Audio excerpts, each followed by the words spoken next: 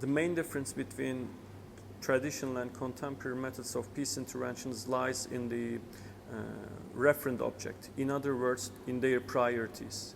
Traditional peacekeeping emerged in the context of early Cold War. With the horror of Second World War, United Nations system aimed to preserve this system peace at systemic level. Therefore, traditional peacekeeping mainly targeted those specific cases that would potentially bring two superpowers into direct clash and cause another systemic war.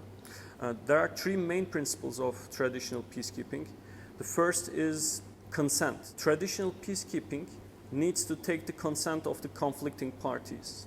In other words, peace interveners cannot go and intervene in a case without taking the consent of the conflicting parties. In most cases, governments are also part of this conflict. Therefore, it also means that traditional peacekeeping needs to take the government's consent before going and intervening into a domestic conflict. The second principle is impartiality. In traditional methods, peacekeeping forces need to be impartial. This does not necessarily mean neutrality, but still the peacekeeping forces are not considered as enforcement tools. Therefore, traditional peacekeepers cannot take a side between conflicting parties. The third principle is non-use of force. Once again, since there is impartiality, traditional peacekeeping forces are not used as enforcement tools. They cannot use force unless there's a self-defense issue. This, of course, presents a very limited framework for peace interventions, and based on these three principles, we can argue that traditional peacekeeping is prioritizing state sovereignty over everything.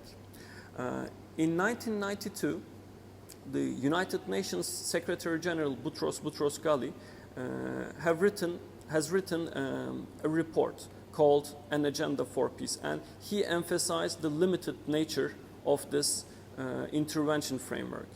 And because of this limited nature, international community could not act effectively in certain crises such as Rwanda genocide, such as Srebrenica genocide, such as humanitarian crisis in Somalia. And international community started to think about reforming the international intervention framework.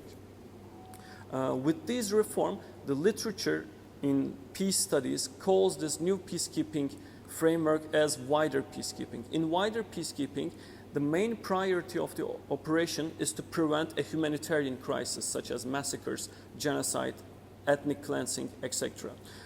Therefore, we can argue that the main difference between more up-to-date modern versions of peacekeeping and traditional peacekeeping is the normative center of the operation. Contemporary methods prioritize human individual security more than state security, whereas traditional methods mainly focus on negative peace and prioritize state security, border security, and domestic stability over everything else.